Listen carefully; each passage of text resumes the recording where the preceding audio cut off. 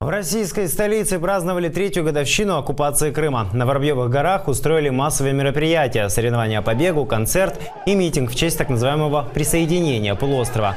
На этот, так сказать, праздник согнали работников госучреждений и студентов. Людей было много, но по собственному желанию пришло лишь несколько десятков. Я как бы член Единой России подразделения Мещанского района. Вот. И нас сюда позвали для как бы массовки. Вот. Отгул дадут или дополнительные дни к отпуску? Обещали.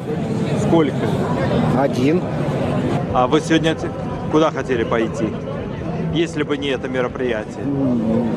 Да никуда работать. Я бы, наверное, дом провел.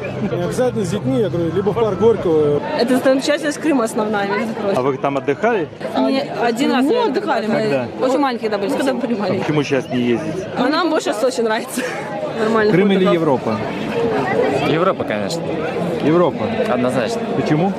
Ну, там лучше. Наверное, Европа. Там свободнее. Что это означает? Наверное, свобода слова, может быть. Свобода действий какая-то.